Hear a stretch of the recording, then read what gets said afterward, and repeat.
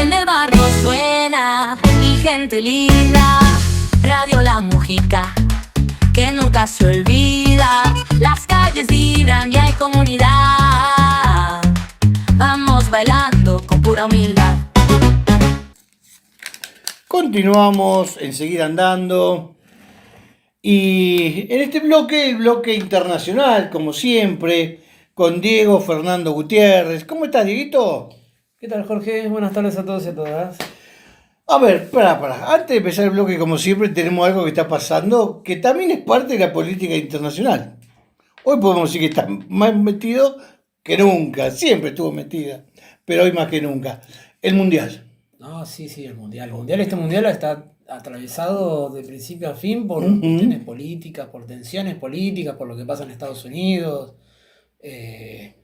las cuestiones del gobierno de Trump con la cuestión de los extranjeros, los inmigrantes, Las visas. las tensiones con Irán por la guerra en Medio Oriente, ¿no? Lo que ha pasado con los jugadores iraníes que no se pudieron quedar en Estados Unidos, tuvieron que viajar de México a donde se estaban quedando, a Estados Unidos, para poder jugar, con todos los problemas que eso les ocasionaba, porque tenían menos tiempo para descansar, llegaban más cansados, con un árbitro africano, no recuerdo de qué nacionalidad, que le rechazaron la visa, se tuvo que volver, con requisas a jugadores iraquíes, bastante humillantes, ¿no? para los jugadores, con maltratos como si fueran delincuentes.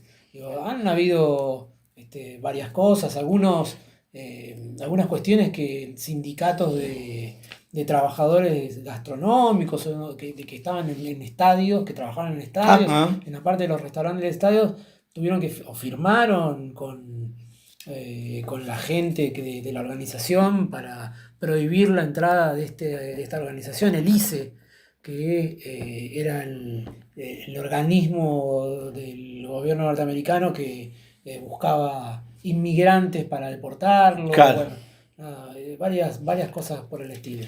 Y yo creo que si hay algo que le faltaba al Mundial era la intromisión de Donald Trump ante la FIFA por una tarjeta roja a un jugador que había sido expulsado de Estados Unidos. Yo creo que si algo le faltaba era eso.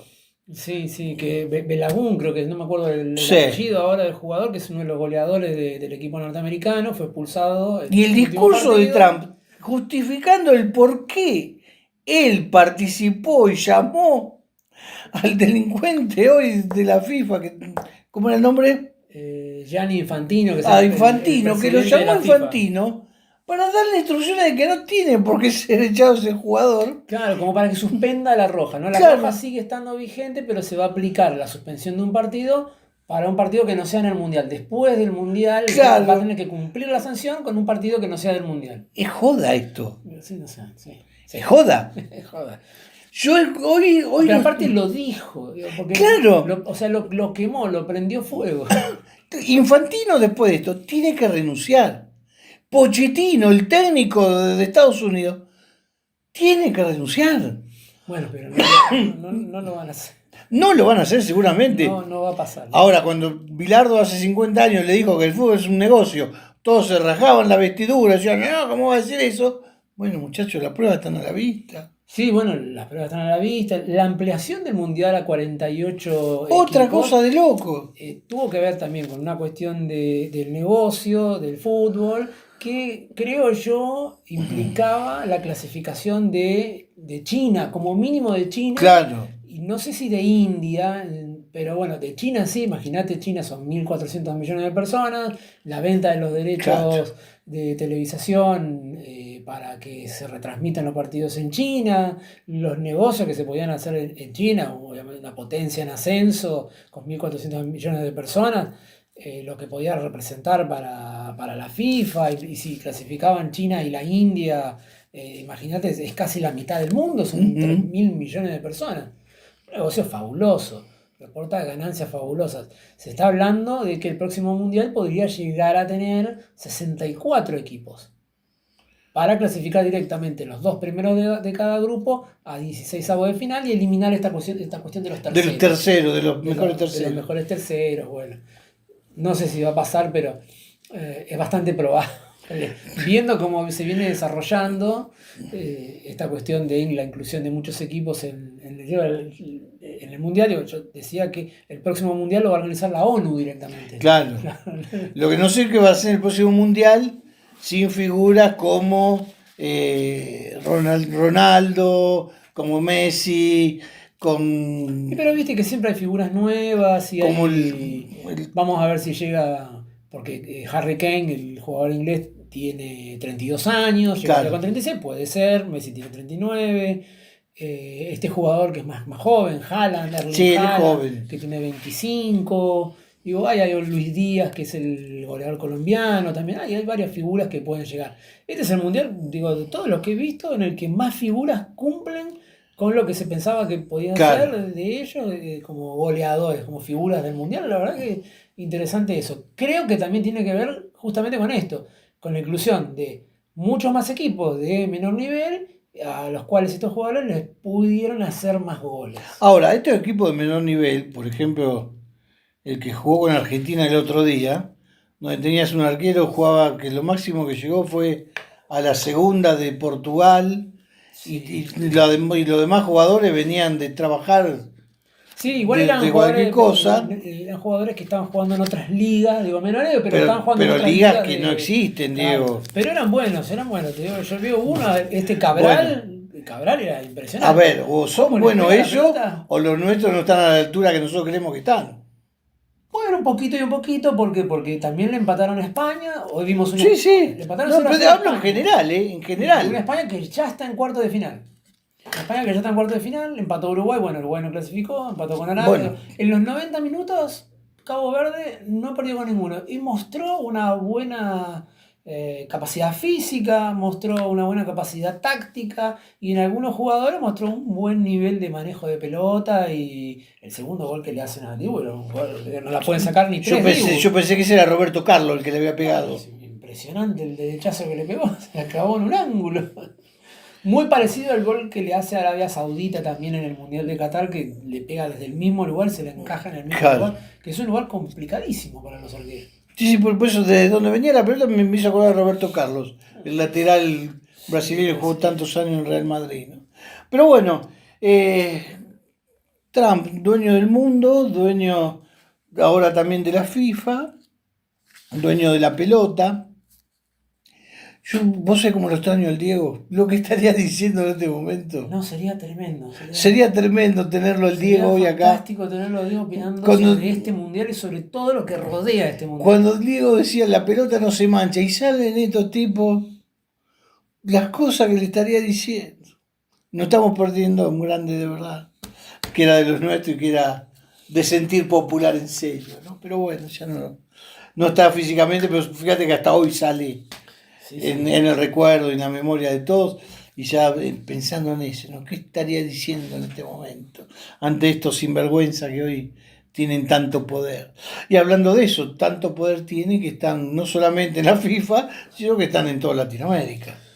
Sí, bueno, vamos a hablar un poco de, más que de Latinoamérica, de Sudamérica. De Sudamérica. Vamos a ceñirnos un poquito a nuestro subcontinente o a nuestra parte Sí. del continente que es más cercano, Ujú. más próximo.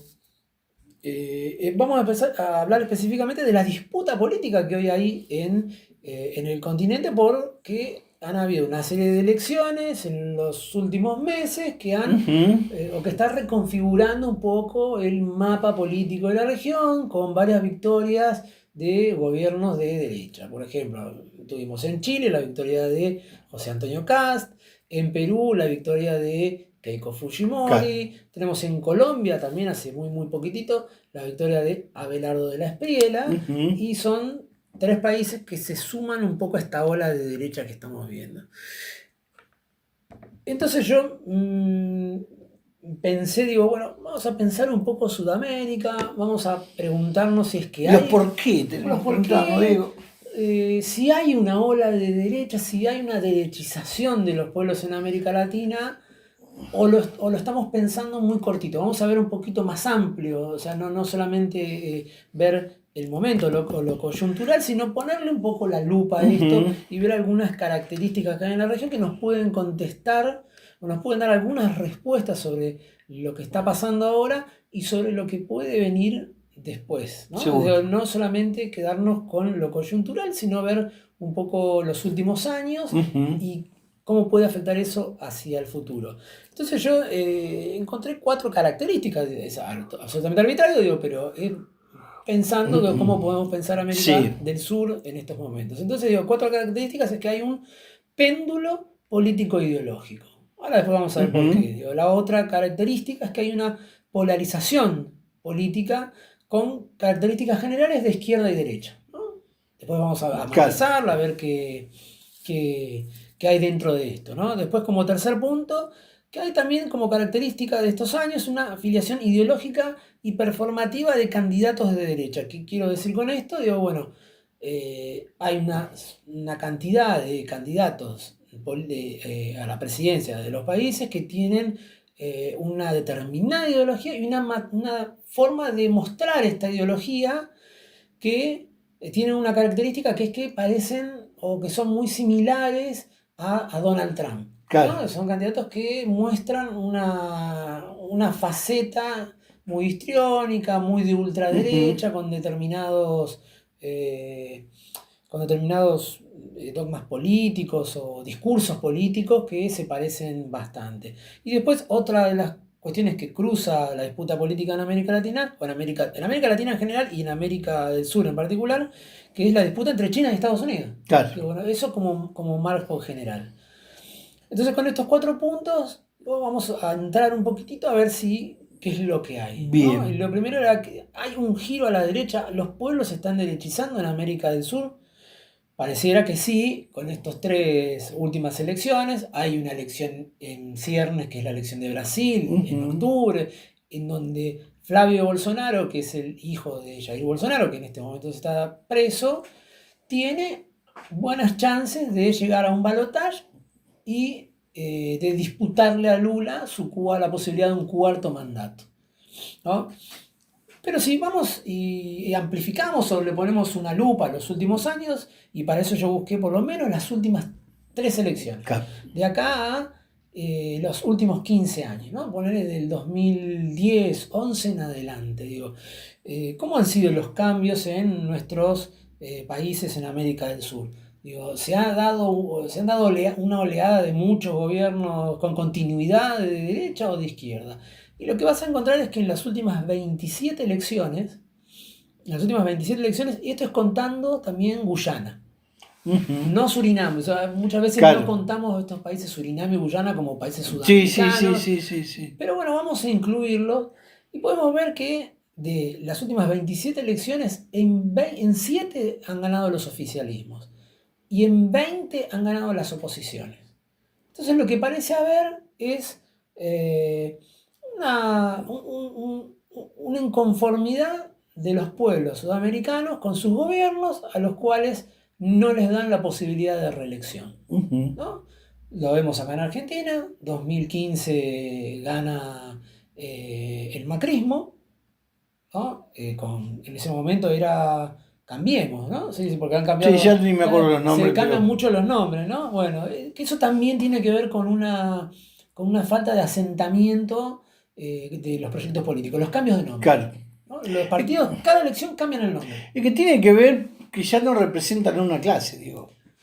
Sí, aparte como que, bueno, porque antes en su momento no tuvo éxito, entonces no podemos volver con lo que no tuvimos éxito. Pero en su momento era más clasista, te podría decirlo. Sí, no, los antes vos te encontrabas con un partido peronista donde la sigla enunciaba algún donde la clase trabajadora era el eje principal y tenía ahí su lugar. Sí, pero aparte el nombre del partido enunciaba alguna característica política que se buscaba, ¿no? Por ejemplo, lo pongo en lo último, que era el Frejuli. Claro. El Frente Justicialista de Liberación. Había una consigna política que era liberar. Claro. ¿No? Hoy ya se deja de apelar a estas cuestiones más de ideales políticos en los nombres de los partidos, sino una cosa más lavada. Y por eso que hoy te encontrás con peronistas que hoy están integrando y votan a favor de Milei, como los que antes eran liberales, en su momento se convirtieron en peronistas, porque es así. Pues lo hemos visto de los 90 para acá, estos cambios lo hemos visto, pero reiteradamente. Una política ¿De más qué forma? desideologizada, ¿no? Por ejemplo, yo me acuerdo en los 80 tenías el peronismo, tenías el radicalismo, los liberales, y tenías que yo poner una centro izquierda, por llamarlo, con el PC, el PI, todas esas cosas. Claro, Bueno, sí. Los los liberales 90, con la UCD, la Unión del Centro Democrático. claro, era la Unión Centro Democrático de Alzogaray y familia. ¿Qué hizo eso? De repente eran todos peronistas en los 90. Sí, Se apropiaron del gobierno peronista sí. y llevaron a cabo políticas claro, neoliberales. Porque el peronismo adoptó esas ideas Exacto. que más que liberales eran neoliberales, ¿no? Sí, concretamente. Liberales en el sentido del beneficio de los sectores económicos acomodados, ¿no? No liberales en el sentido de liberal progresista. No. De los sectores hegemónicos de la economía mundial. Estábamos hablando en los 90, donde parecía que había un discurso único. Mundial y nacional también, que, claro, que empezaban a imbricarse, exacto, a comunicarse. Donde la hegemonía mundial de Estados Unidos parecía que nunca se iba a acabar, de un capitalismo asentado más que nunca, después de la caída del muro y de todas las ofensivas populares en Latinoamérica, dijeron, está la nuestra. Entonces se apropiaron de partidos populares. Y yo creo que a partir de ahí se terminó como que representaban determinada clase. Por eso que hoy cuesta tanto que los partidos vuelvan a ser representantes de una clase exclusivamente. Entonces vos hoy te encontrás con sectores de derecha, partidos de derecha, donde votan los sectores populares. Y no es que ese pueblo, como bien decía recién, se haya derechizado, sino que es la falta de respuesta hacia esos sectores populares que lo hace mantener un movimiento pendular, me parece. Bueno, no sé si estás más o menos... Hacia eso vamos. Y por eso digo que una característica de estos últimos 15 años es el péndulo político. Claro. Es un péndulo, ¿va? Que ya hablaba Perón. La ciudadanía va de un lado a otro. Sí. Va de un lado a otro.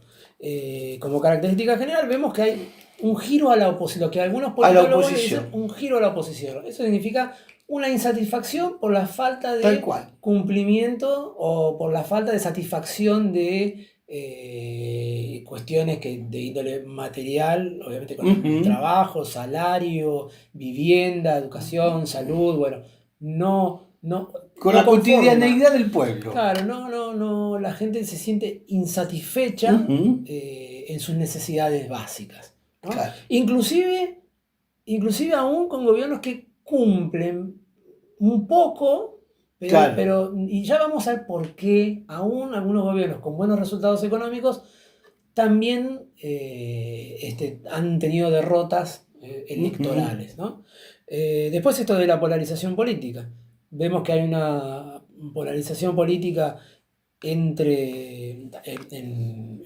no solamente, es como parte de una característica más global, digo, esto se da también en Europa, o se da en Estados Unidos, entre los demócratas y los republicanos. Se empieza a dividir demasiado el espectro político, demasiados contra, ya no comparten los partidos tradicionales, ya no comparten ideas generales. Por ejemplo, en Estados Unidos, demócratas y republicanos mantenían una cierta coherencia ideológica en algunas cuestiones económicas o sociales o de política exterior. Bueno, ya como que no convergen más y la polarización política ha tomado la política de nuestros países. Lo vemos con, el peronismo por un lado y el antiperonismo por el otro. Lo vemos en Ecuador con el correísmo y el anticorreísmo. Sí.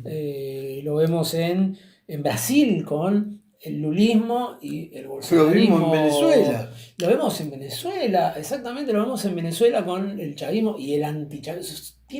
Toma forma de un determinado partido que fue hegemónico en su momento y lo anti, la identidad contraria. Se forman coaliciones políticas por y por la identidad contraria. Claro. ¿no? Es todo lo contrario. No compartimos absolutamente ninguna idea, no nos ponemos de acuerdo en absolutamente ninguna idea y vemos como en las elecciones, en las últimas elecciones, por ejemplo, en Perú y en Colombia, se han decidido por menos de un punto.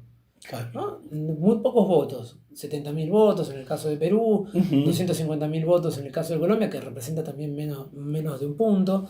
Entonces estamos viendo esta polarización política, que es una característica general, lo podemos poner como de centro izquierda y centro derecha. Claro. Pero vemos que también esta cierta derecha va tomando unas características que son más ultras, ¿no? Más ultraderecha que las centros derechas tradicionales. Y ahí es donde vamos al tercer punto, que es la afiliación ideológica, ¿no? De estas derechas, y esto que te digo de performativa de estos candidatos, que asumen características similares al trumpismo. Claro. ¿No? Con ideas similares y con candidatos muy histriónicos, que hablan en contra de la política tradicional, que hablan en contra de la casta, que son outsiders, o sea, que vienen de afuera del sistema político. Lo vimos con Milei acá en Argentina, lo vimos con De la Espriella en Colombia. También lo vimos esto lo vimos más por el lado de la izquierda, con Castillo primero también, y con Roberto Sánchez, pero en Perú hubo un candidato así más afiliado hacia la ultraderecha con el trumpismo, que era Rafael López Aliaga, que fue candidato a presidente, no tuvo éxito, pero era alcalde de Lima. Claro. Fue el alcalde de Lima y ahora se va a presentar de vuelta como candidato a la alcaldía de Lima. También un personaje también así muy histriónico, con características en contra de los inmigrantes, o en contra de los campesinos, o aludiendo a que todo lo que no sea esta derecha es comunismo, ¿no? Siempre la centroizquierda es acusada de comunismo, de que no respeta la propiedad privada, cosas que no tienen absolutamente nada que ver, que antiestado también, antirregulaciones estatales. No son todos los candidatos así, pero podemos poner algunos de estos candidatos en esas características. Estaba buscando, porque por ejemplo vos tenés a Daniel Noboa, en Ecuador, que o Santiago Peña en Paraguay, que no son de ese tenor, tan rupturistas, pero Daniel Noboa viene del empresariado, es un candidato más como Macri en su momento, pero sí tienen buenas relaciones con Trump. La tienen porque, también buscan a través del apoyo a Donald Trump y de congraciarse con Donald Trump, que Donald Trump tenga alguna clase de ida y vuelta favorable, y que sea un apoyo en sus gestiones en nuestros países. Y después, la disputa entre China y Estados Unidos es algo que también está dentro de lo que viene pasando en nuestro continente en los últimos años. Lo vemos en la doctrina de seguridad nacional de Estados Unidos, que publicó recientemente, fines del 2025, donde lo que busca Estados Unidos es replegarse un poco de sus dominios en el exterior, ¿no? Salir un poco del Medio Oriente, salir un poco de Europa y que Europa se ocupe de su propia defensa, retirarse de esos lugares, dejando a sus socios regionales que se encarguen más de la seguridad de esas regiones, y volcarse en su región, lo que ellos llaman su patio trasero, que es su extranjero más cercano, más próximo. ¿Por qué? Porque China tiene mucha presencia en nuestra región, y eso es ubicarse en su retaguardia, y ellos lo sienten como algo peligroso, aún exagerando los peligros, ¿no? Y obviamente lo que hablan en esta doctrina de seguridad nacional es limitar la presencia de potencias extrarregionales en la región, que China tenga menos presencia en infraestructura crítica.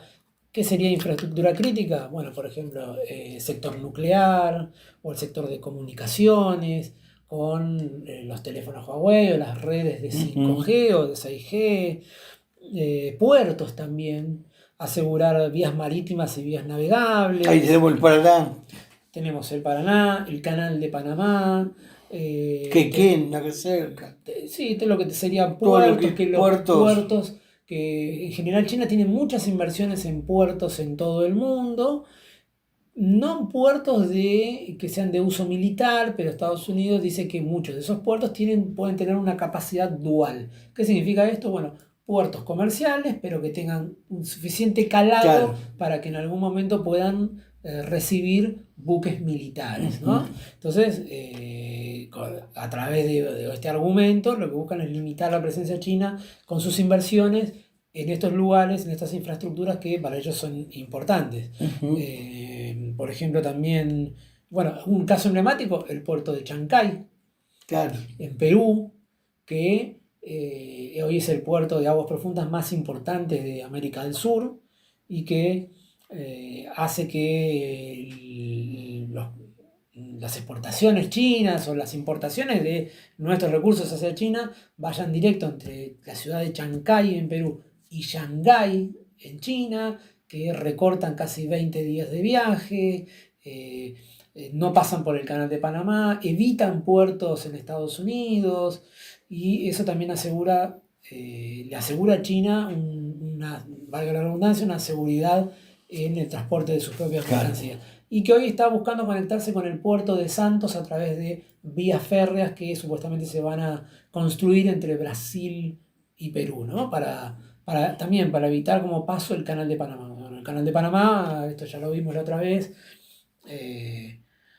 Estados Unidos está intentando limitar la presencia china, sobre todo en dos puertos, el puerto de San Cristóbal en un extremo, el puerto de Balboa en el otro extremo, donde hay una empresa, claro, hay una empresa, Hutchinson Ports, que tenía la concesión de estos puertos y que hace unos meses la Corte Suprema de Panamá, presionada por el gobierno de Panamá, que estuvo presionado por el gobierno de Estados Unidos, declaró inconstitucional la concesión de esos puertos y le retiraron la concesión a esta empresa china, que obviamente el gobierno chino protestó bastante enérgicamente. Bueno, otras cuestiones más que quiere asegurar, que es el control del Atlántico Sur. Y cómo lo hace con ejercicios navales que... ya hoy, nosotros ya veníamos denunciando que estaban haciendo sin ningún tipo de aprobación del Congreso. Que hubo una denuncia penal ahora por esta cuestión, ¿no? Exacto. La presencia de portaaviones nucleares y barcos norteamericanos para hacer ejercicios con la Armada Argentina. Y también la presencia de buques guardacostas norteamericanos que están patrullando las costas de América Latina, de Sudamérica, con la excusa de que los barcos pesqueros chinos depredan dentro del mar argentino nuestras especies, ¿no? Nuestras especies ictícolas, ¿no? Ilegalmente. Cuando vemos que, si bien hay alguna presencia de barcos chinos dentro del mar argentino para la pesca, que es ilegal, la mayoría de la pesca que hacen los barcos pesqueros chinos la hacen de la milla 200 hacia afuera, ¿no? Porque, bueno, como sabemos, los peces no conocen de límites. No tienen esos límites. Entonces, cuando pasan de la 200 a la 201, la pesca no es ilegal, es absolutamente legal, y en todo caso será responsabilidad del gobierno argentino de tener una flota pesquera que pesque dentro de su zona económica exclusiva, para aprovechar los recursos, no de nuestro propio país, sino otras flotas pesqueras. Bueno, también controlar lo que son los pasajes de un continente a otro, ¿no? El pasaje de Drake y el Estrecho de Magallanes, que van adquiriendo un poco más de protagonismo a partir justamente de esta cuestión de que Estados Unidos quiere controlar más este paso del Canal de Panamá. Se vuelve un poco más estratégico el Estrecho de Magallanes, sobre todo porque el pasaje de Drake, que está entre Ushuaia y la Antártida, es un lugar más peligroso, de mareas muy fuertes, y los barcos, bueno, lo tratan de evitar, y a través de la construcción del Canal de Panamá se evitó eso, porque aparte se gasta más tiempo, se gasta más combustible, digo, los costos aumentan, Sí. pero está creciendo en importancia en estos últimos años, y también está creciendo en importancia porque el canal de Panamá está sufriendo también cuestiones con el cambio climático, sequías, y a veces los barcos no pueden pasar porque los niveles de las esclusas no se pueden llenar rápidamente, tienen que parar mucho tiempo los barcos esperando que pasen los otros, y Claro. les conviene, bueno, bajar hacia Sudamérica y pasar por el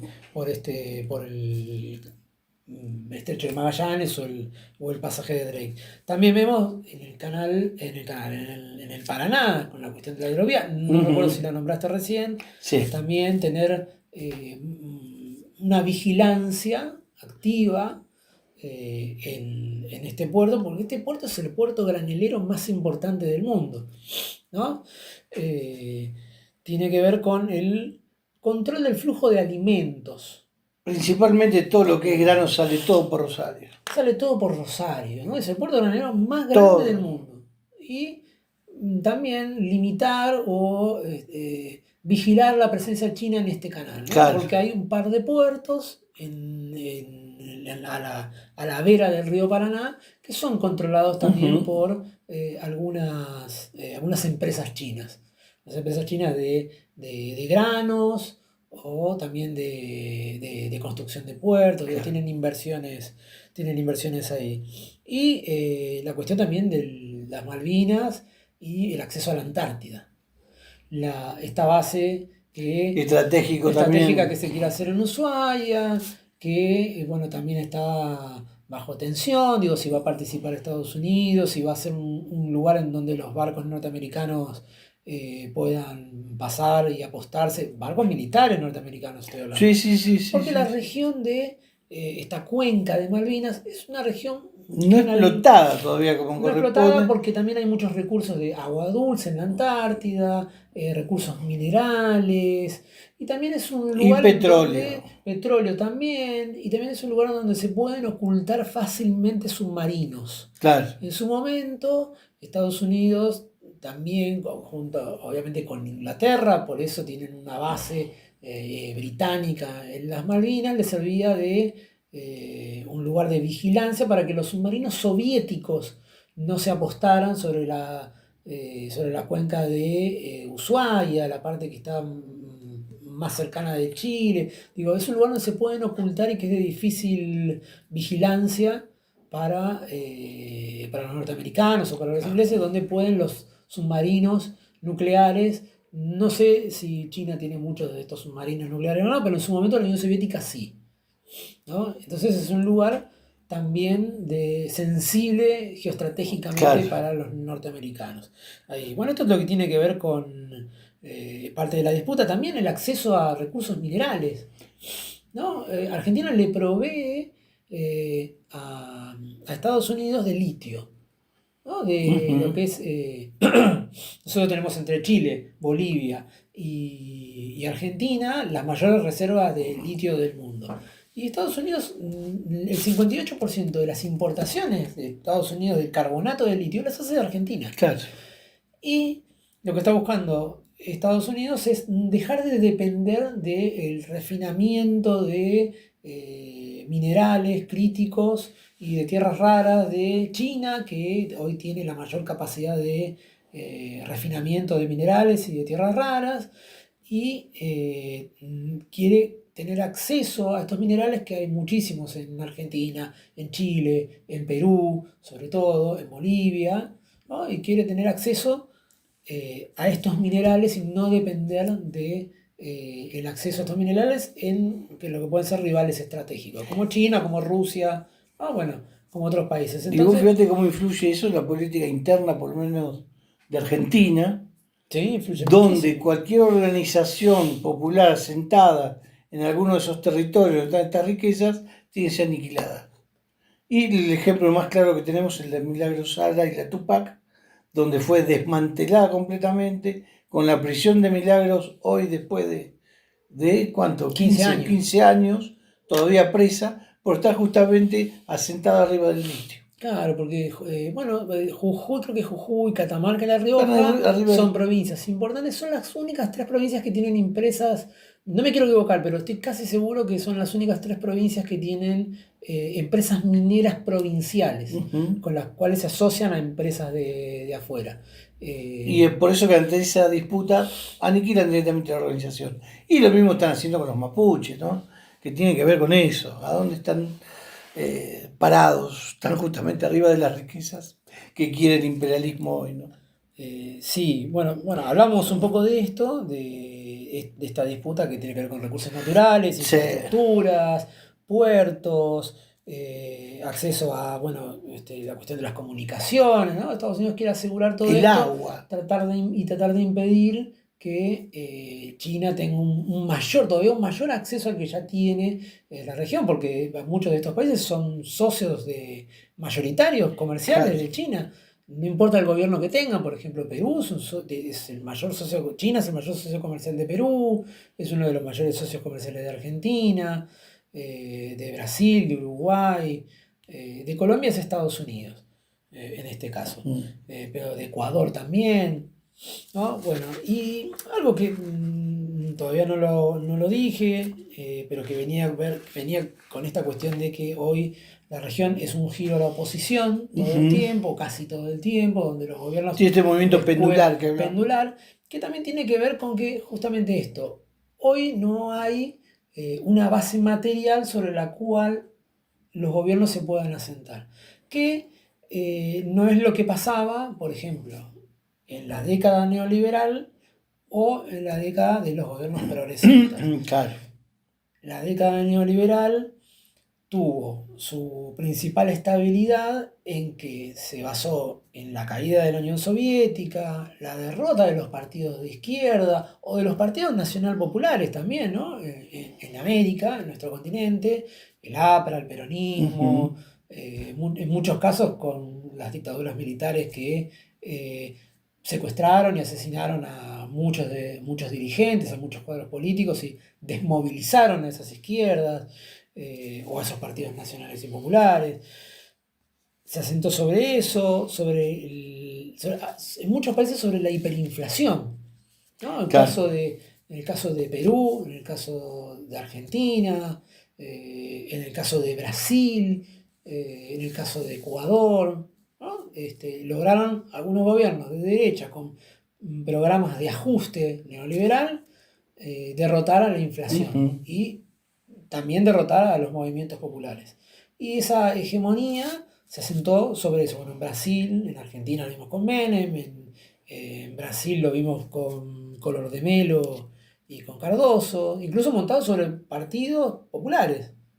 En Perú lo vimos con Fujimori, ¿no? En Es decir, hay Bolivia. toda una cantidad de Y lograron, países. claro, Estamos. y lograron una cierta estabilidad Sí, que duró lo que duró, ¿no? Duró sí. entre 10 y 12 y 15 años en algunos casos, pero bueno, eso también llevó a un desgaste de estos países, Ujú. a crisis económicas, aumento de la pobreza, aumento de la Es decir, se fue desigualdad. fortaleciendo lo que ellos tenían en su momento, como lo que era los países del Pacífico, andinos. Entonces, bueno, se fue fortaleciendo con otros países más grandes. Pero bueno, en Uruguay también Claro. cayeron los partidos tradicionales como el Partido Ujú. Blanco y el Partido Colorado, Sí, sí. pero duraron bastante Claro. después de la caída de la Unión Soviética y lo que fueron estos procesos democráticos, pero anclados más en el neoliberalismo, que lograron Ujú. una estabilidad económica, pero a costa de sacrificar Claro. el bienestar, los estados de bienestar o el bienestar de sus países. Pero bueno, derrotaron lo que fueron las Ujú. hiperinflaciones o ciertas crisis económicas. Agotado este proceso, lo que hubo fue el surgimiento o un resurgimiento, la posibilidad de que gobiernos de centro izquierda accedieran, o partidos de centro izquierda accedieran a Ujú. los gobiernos. Y lo que hubo fue, en contraposición al consenso de Washington, otro consenso que se le podría llamar el consenso de los commodities, pero que estuvo Ujú. tironeado por el crecimiento de China. Claro. Pero el crecimiento de China, que generó una demanda no solamente en América Latina, pero mucho en América Latina, como proveedor de materias primas, porque China creció entre el 2001 y ya te voy a decir, del 2001 y creo que el 2014, alrededor, no, un poquito, del 2001 y el 2010, que son una tasa del 10,5% en promedio. Bueno, Es mucho. esto generó obviamente una demanda de materias primas de nuestro continente que generó una entrada de divisas muy, muy grande, y a partir de no solamente esta entrada de divisas, sino lo que estos gobiernos propusieron, que era una redistribución de la riqueza, programas de desarrollo, programas de estado de bienestar, de sacar a la gente de la pobreza en la que se encontraban, los que los habían dejado los gobiernos neoliberales. Y se sustentaron, inclusive gobiernos de derecha se sustentaron sobre esto, Claro. como fue el Fujimorismo, digo yo entre comillas, porque Sí, se entiende. después de la caída de Fujimori, los gobiernos que siguieron no fueron de izquierda, pero también creció, por ejemplo, en Perú la exportación de materias primas, de minerales. Claro. Sobre todo. Perú es está entre los 5 y los 10 mayores exportadores de muchísimos metales o de muchísimos minerales, de los más importantes en el mundo, y lograron asentar su economía entre la estabilidad que había dejado Fujimori, esa estabilidad medio, ¿no?, con mucha pobreza y con mucha desigualdad, pero hubo una inyección de dinero que le permitió también mantener una cierta estabilidad a Perú y una baja de la pobreza. En Chile también, con este modelo de una centroizquierda y una centroderecha que tenían una base económica muy similar. Claro. ¿No? Muy similar, permitió sostener este esquema. Bueno, en Uruguay el Frente Amplio, que accedió al poder también en los años 2000 y duró hasta el 2015, 2005 hasta el 2020, exactamente. Y este ciclo empezó a declinar a partir del 2012, empieza a caer la demanda china, porque China creció muchísimo. De ahí estamos como una llanura, ¿no? Empieza de no crecimiento. Del no crecimiento, porque te empiezan a faltar todas estas entradas de divisas que vos tenías de antes, por la demanda china. ¿Y qué pasó? Muchos de estos años no hubo cambios estructurales de la izquierda, ¿no? No hubo un cambio en la matriz productiva que te haga menos dependiente de esto. Y los ajustes ya sabemos que nos paga siempre. Claro, empieza a haber menos dinero para redistribuir. La torta empieza a estancarse, y eso también trae por cómo se da una lucha mayor con los sectores económicos que no quieren largar la que tienen, ¿no? Claro. Porque una cosa es redistribuir creciendo, y otra es cuando ya no creces tanto, empezás a querer redistribuir tocándole los intereses a los grupos económicos que son más hegemónicos, digo, que tienen, o que están más concentrados, que tienen más poder económico, y eso generó fricciones que terminaron, generando una disputa entre estos sectores, entre derechas e izquierdas, más fuertes, más duras, y empezaron las derrotas de estos proyectos políticos. Por ejemplo, podemos acordarnos de en Brasil, Dilma, el golpe que le hicieron, pero que ese golpe fue precedido de demandas populares muy fuertes. Con grandes movilizaciones. Que hablaban de los servicios públicos, del transporte. Para mí se generaron dos cuestiones que parecen contradictorias, pero que no lo son, pero que son complementarias, que tienen que ver una con muchos años de crecimiento, muchos años de mejoras económicas, mejoras sociales, que en el momento que amainaron, que no pudieron seguir teniendo, ¿no?, ese ritmo de crecimiento, ese ritmo de mejoras en sectores sociales, sobre todo de estas clases medias que crecieron, la gente empezó a demandar lo mismo, ¿no? Empezó a querer demandar que que las mejoras sigan en el mismo ritmo, y al no poder satisfacer estas demandas, eso generó un caldo de cultivo en donde se anclaron estas derechas para hablar, ¿no?, de los malos gobiernos, y a eso le tenemos de que la sumar corrupción. Un trabajo muy fino de lo que siempre hablamos en este programa de hace ya años, que tiene que ver con el aparato mediático. El aparato mediático, porque eso y el judicial. para frenar todos estos procesos claro, también. sí, porque, bueno, se asentaron sobre, bueno, Claro. algunos hechos de corrupción que no existieron, pero que se inventaban igual. Decir que se había despilfarrado el dinero de los años buenos y que eso redundaba justamente en estas crisis económicas o en crecimiento nulo, crecimiento bajo. Bueno, hablar en contra de las castas políticas. Claro. Y muchos de estos sectores medios se volcaron hacia estos sectores de derecha o de ultraderecha. Fueron creciendo estas derechas y fueron creciendo estas ultraderechas. Y mirá qué casualidad que justamente esto se empieza a dar en el año, a partir del año 2012, 2013, que también baja el precio de los commodities, que Estados Unidos empieza a subir la tasa de interés de los bonos de sus activos, de los bonos del Tesoro norteamericano, y el dinero, los dólares de inversiones que venían a América del Sur y América Latina empiezan a irse hacia estos activos norteamericanos. Y fíjate que coincide justamente cuando empieza a ser más severo el bloqueo de Estados Unidos a Venezuela. Sí, no, Que también. era quien estaba abasteciendo Porque en aparte gran parte a todos esos claro, proyectos nacionales y populares, ¿no? Y aparte en el 2015 asume o gana las elecciones Donald Trump. En el medio de su propia crisis de Estados Unidos, de su propia crisis de hegemonía, de su propia crisis de desigualdad, de desindustrialización, de sectores que antes Sí, internamente tienen la misma lógica que los cambios de acá. Exactamente.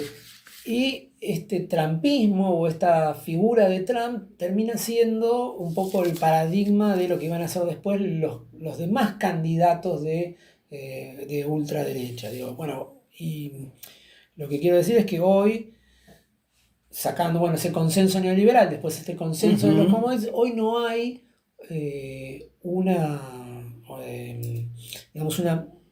algo material donde los proyectos ni de los de izquierda ni de los de derecha se puedan consolidar y permanecer más de un periodo, ¿no? Estabilizarse y generar hegemonía. Quizás lo que estamos viendo es que Trump está tratando de estabilizar este proceso de gobiernos de derecha que hoy van ganando, van avanzando en América del Sur, a partir de darles algún apoyo político, algún apoyo económico, como pasó con Milei en las elecciones. En las elecciones, con los préstamos o swaps de la Fed, o algunos de estos cambios de monedas, que hizo esa compra de monedas, ¿no? Estabilizar la economía para que no se devalúe el peso, para que no haya una devaluación y que no genere más inflación. También apoyo político a diferentes gobiernos de derecha. Es como que intentan afianzarse con esta situación coyuntural que es el gobierno de Donald Trump. ¿Qué pasa? Ahora en noviembre están las elecciones en Estados Unidos. Se supone que Trump puede llegar a perder. Vamos a ver en qué magnitud puede llegar a ser la derrota. Eso es importante porque... Y ahí estaría bueno ver hasta dónde van a permanecer estos cambios de la región. De acuerdo a cómo salgan las elecciones en Estados Unidos, Trump puede verse como más empujado a tratar de mirar para adentro, a conservar su propio gobierno de acá a los 2 años que le quedan y no darle tanta bolilla a los gobiernos a los proyectos de derecha de la región, y los gobiernos de esta región verse más dificultados en el sostenimiento de sus propios gobiernos, ¿no? Bueno, ahora el que empieza de Keiko, vamos a ver cómo Keiko se relaciona con Estados Unidos, teniendo en cuenta de la relación que Perú tiene con China. Vamos a hablar de la Espriella también, porque de la Espriella sí tiene un discurso más trampista. Veremos el gobierno de Milei cómo resiste, porque tiene muchos vencimientos de pagos de deuda de acá. Que van a tener que afrontarlo. El que viene que tienen que afrontar. Vamos a ver si este resultado afecta o no afecta a los gobiernos de derecha de la región. Y de 12 países, porque uno pensaría que estamos totalmente rodeados. de gobiernos de derecha, porque, sobre todo por las últimas Claro. victorias que han tenido. Pero está muy repartido, porque bueno, hoy está en Argentina Milei, en Bolivia Rodrigo Paz, en Chile José Antonio Kast, en Ecuador Daniel Noboa, en Paraguay Santiago Peña. Bueno, son 5. Va a haber 2 cambios. En Colombia va a asumir De la Espriella y en Perú va a asumir Keiko Fujimori, serían 7. Pero quedarían 5. Por ejemplo, en Uruguay Orsi, en Venezuela Delcy Rodríguez. La sigo contando dentro de los gobiernos, más allá de la situación particular que hay hoy en Venezuela. Yo sigo contándola dentro de los gobiernos que podríamos llamar de izquierda. En Brasil está Lula, hay elecciones y por ahora va al frente en las encuestas. En Guyana, vamos a nombrar a Guyana también, está Irfan Ali, que también es un gobierno de centro izquierda, y en Surinam está también Jennifer Girlens Simons. O sea, por ahora está bastante repartido. Van a haber 7 gobiernos de derecha y 5 gobiernos de izquierda, ¿no? Los ponemos en estas categorías porque Claro. es más fácil Para poder identificarlos. Digo, después siempre hay matices. Hay matices, ¿no? Que podrían hacer discutibles algunas cosas, Claro. pero bueno, con matices está repartida la cosa. Ujú. Está repartida. Dieguito, más que interesante, ¿eh? Más que interesante porque tenemos que saber dónde estamos parados para poder transformar la realidad, siempre lo decimos. Sí, sí. Porque si no, si caemos Y no bajonear. en análisis no, erróneos, claro, no bajonearnos. y de que todo está mal, y nos cuesta mucho poder encontrar los caminos para revertir, ¿no? Sí, es como en la medicina. Si Sí, no diagnosticás mal, el remedio que le das al enfermo Lo termina no le va- matando. no le sirve o lo termina Sí, matando. sí, sí, Entonces, sí. con un buen diagnóstico podés por lo menos sentarte a pensar cuál es el camino a trazar y a seguir para la coyuntura y para los próximos años. Claro. No hay que caerse, no hay que caer en el pesimismo de que todo está mal. O de que hay una hegemonía de derecha y de ultraderecha que va a gobernar de acá a muchos años, sino que estamos en un contexto muy especial en donde no hay una hegemonía total y que hay una lucha, hay una disputa muy importante, sobre todo en nuestro continente, por el control de los recursos, por el control de las políticas de los gobiernos, Tal cual. por las ideas también, ¿no? Por el rol del Estado. Y yo creo que está en nosotros también, ¿no? Recuperar eso, recuperar la discusión política. Hay que recuperar la discusión política interna en lo que hace a los proyectos para los pueblos. Claro. Digo, no solamente la interna, porque parece que ahora estamos viviendo de la interna. Sí, Y no nos acordamos que hay mucha gente que la está pasando muy mal, inclusive nosotros mismos. Tal cual. Pero hay mucha gente que la está pasando muy mal y que cuando ve estas internas así a cielo abierto, entiende que la lucha por el poder no es la lucha por el poder para mejorarle la vida a la gente, sino una cuestión más individual, de apetencias personales que sociales. Y eso... Convertir la política ya no en un servicio, Claro. sino en una cosa más personal, ¿no? Claro, que también demuestren que las consignas tienen que ver con los intereses populares, el Claro. salario, la salud, la vivienda, la educación, Ujú. ¿no? Estas cosas que hacen al día a día, Tal cual. ¿no? Que son estructurales a lo que nos pasa en el día a día. Dieguito, muchísimas gracias, como siempre. No, gracias a vos, Jorge. Vos lo escuchaste, Diego Fernando Gutiérrez, en este panorama internacional, donde nos planteamos a dónde estamos parados, a dónde vamos, cómo seguimos en esta historia que parece nunca acabar. Enseguida continuamos, enseguida andando. Radio La Mujica nos une